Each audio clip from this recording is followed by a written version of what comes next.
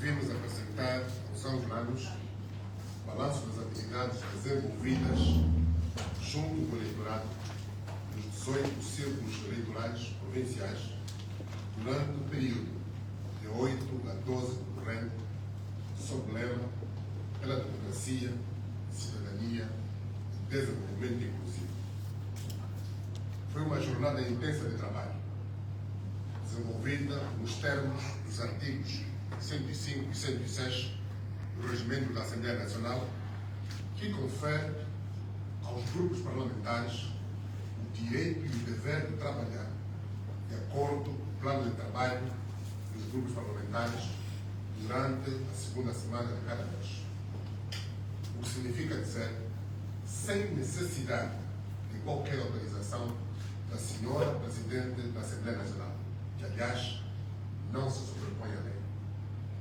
Por dever de cortesia e respeito às instituições da República, o Grupo Parlamentar da UNITA comunicou ao Presidente da Assembleia Nacional, ao Comandante-Geral da Polícia Nacional e aos governadores provinciais. Eu repito, por dever de cortesia e respeito. O programa visou alcançar os seguintes objetivos: partilhar rendimentos dos deputados com os cidadãos mais carenciados, constatar logo as particularidades da realidade política, econômica e social de cada província, auscultar a sociedade sobre o projeto de lei orgânica da institucionalização efetiva das autarquias locais, de iniciativa do Grupo Parlamentar da UNITA. Resultados e constatações. Os objetivos foram integralmente alcançados. O povo demonstrou a sua habitual hospitalidade, cortesia e forte entusiasmo ao longo das jornadas. Dialogamos com toda a gente, autoridades tradicionais, autoridades eclesiásticas, comerciantes, empresários, estudantes, professores, jovens e idosos, homens e mulheres de todas as convicções políticas, filosóficas e religiosas. Visitamos hospitais, orfanatos, escolas e mercados. Como dizia, vós bem sabeis que estas minhas mãos providenciaram o que era necessário para mim e para os que estavam comigo. Em tudo vos mostrei que, trabalhando desse modo, se deve ajudar os fracos, recordando as palavras de Jesus Cristo. Há mais felicidade em dar do que em receber. Sentimos-nos felizes por partilhar com algumas famílias, individual e coletivamente, mais de 100 toneladas de bens diversos, medicamentos, cobertores, vestuário, adubos, alimentos como farinha de milho, óleo alimentar, arroz, massa alimentar, sal e até água. Eu repito, sentimos-nos felizes por partilhar com algumas famílias, individual e coletivamente, mais de 100 toneladas de bens diversos, medicamentos, cobertores, vestuário, adubos, alimentos como farinha de milho, óleo alimentar, arroz, massa alimentar, sal e até água. Aprendemos muito nestas jornadas. Um soba, no leste do país, ensinou-nos por parábolas, que o nosso sistema de governação coloca o povo muito distante dos governantes e recursos públicos. Mostrou-se muito preocupado com o facto dos angolanos estarem a ser novamente explorados e maltratados por estrangeiros. Os recursos naturais não estão a beneficiar o povo. Ele diz que vê aviões e caminhões a levarem para o exterior o nosso diamante, o ouro e outros minérios, mas não deixam que o angolano explore as suas próprias riquezas. E se procura explorar alguma coisa para matar a fome, de crime, e pode ser morto. Em Malange, a Joana, de 29 anos, contou-nos o seu drama. 4 filhos, já não aguenta os preços da comida. Para comprar a mesma comida que comprava em dezembro, precisa de ter mais de 24 mil kwanzas. Fizemos os cálculos a partir dos números que nos forneceram e concluímos que isso significa um aumento de 23% em 3 meses no mercado informal. Ou seja, a este ritmo, no final do presente exercício, poderemos ter uma inflação anual superior a 80%. A irmã da Joana corrigiu quando disse que há produtos em que o aumento do preço foi muito superior aos 23%. O preço da fuba de milho, por exemplo, subiu 70%. A fuba de bobó subiu ainda mais nos últimos 3 meses. A baixa ligeira registrada nos preços do açúcar e da massa não alivia em nada os aumentos brutais verificados na maioria dos produtos, incluindo o carapau, o leite nido e a caixa de frango congelada. As famílias estão mesmo muito mal. Muito mal. A miséria, há miséria autêntica em todas as províncias, em particular no Luanda. A fome relativa foi promovida a fome generalizada.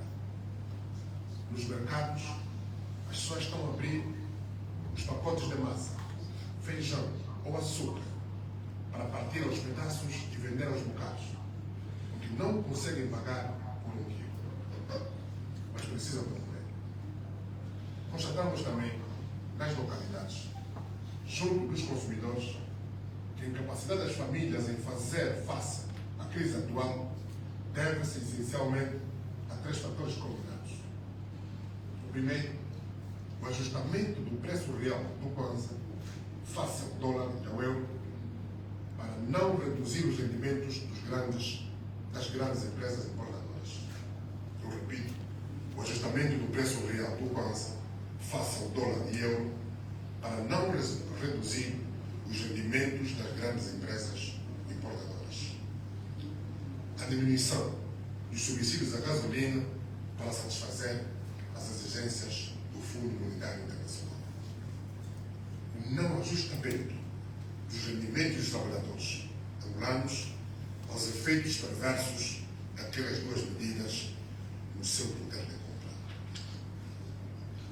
Segundo o jovem Domingos, o economista Nauíla, a política atual do governo não foi sensível à perda do poder de compra dos trabalhadores e das famílias. A política econômica do governo foi sensível ao poderoso lobby das importações. Os lucros dos empresários que vivem das importações foram ajustados ao preço do dólar. Já os salários dos trabalhadores, que também vivem das importações, porque quase tudo que consomem é importado, não foram ajustados ao preço do dólar. O dia em que os salários forem ajustados em função do dólar, tal como são ajustados os preços dos produtos que consumimos ou os lucros das grandes empresas, dizia ele, o poder de compra das famílias será restaurado. Senhoras e senhores, empresários e jornalistas, constatamos também que muitos saudaram os novos investimentos em escolas e hospitais, mas lamentam a má prestação de serviços, a falta de medicamentos e a corrupção.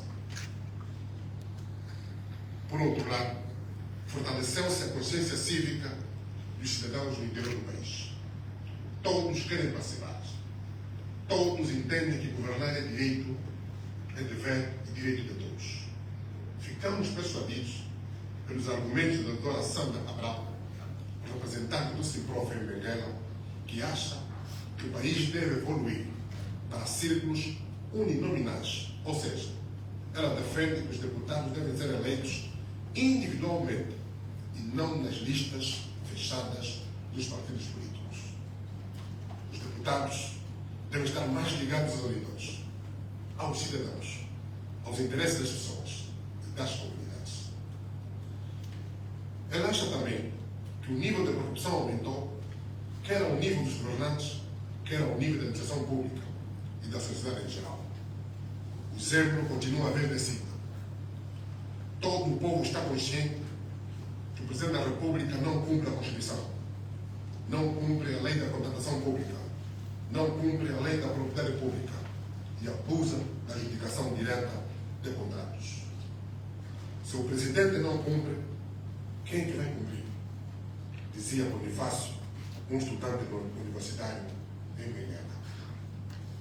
Por outro lado, todos querem as autarquias, não apenas para resolver com mais proximidade e eficácia os problemas graves de saneamento, educação, transportes, criminalidade, assistência social, ambiente, saúde e educação, por exemplo, mas para se candidatarem mesmo como cidadãos e ajudarem na boa governação dos seus municípios. Dizem que não procuram cargos ou instalações luxuosas, apenas querem ter a oportunidade de demonstrar o seu patriotismo por participar na administração pública dos interesses coletivos da vizinhança. Todos querem as autarquias o mais depressa possível. Há quem defenda também que se transformem as províncias todas em autarquias supramunicipais, nos termos dos artigos 5 e 218 da Constituição da República de Angola. Mas a grande maioria consultada recomenda-nos que se avance já com as autarquias municipais em todos os municípios, sejam eles 164 ou 325. Como não há nenhum pedaço de terra que não pertence a um município, como não há nenhum cidadão que não viva num município, todo o país deve estar organizado em autarquias municipais. E todos os angolanos devem participar na administração autárquica mediante a eleição dos seus órgãos. Constatamos, de um modo geral, os angolanos amadureceram e querem mesmo uma mudança de vida.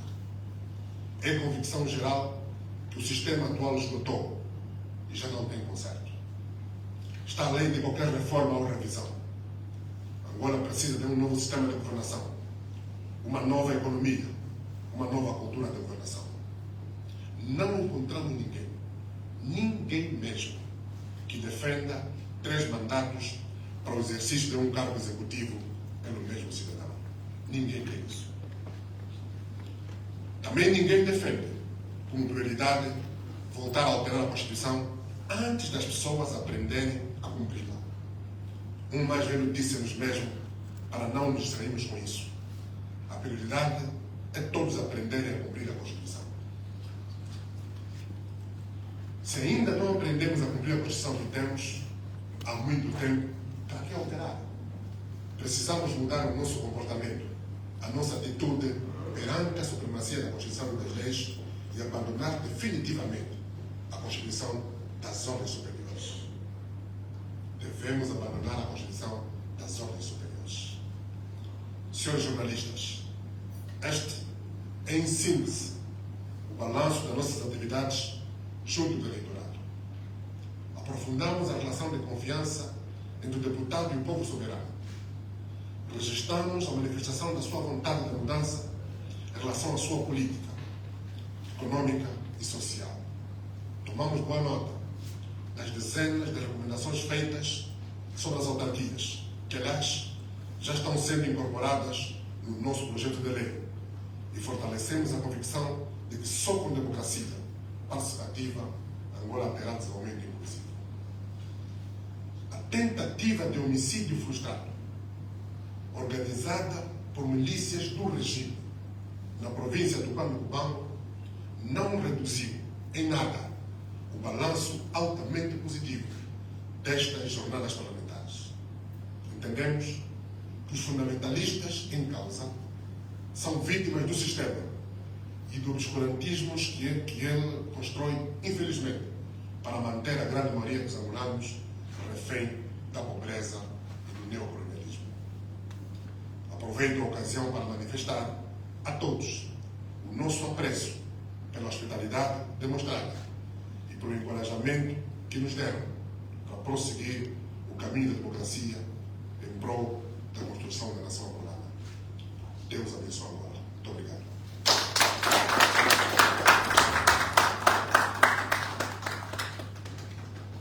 Senhores jornalistas, antes de passarmos à fase de questões que são colocadas por Vossas Excelências, gostaria de convidar o deputado João Muzaza Cauessa, coordenador dos deputados, que trabalhou na província do Panambanco,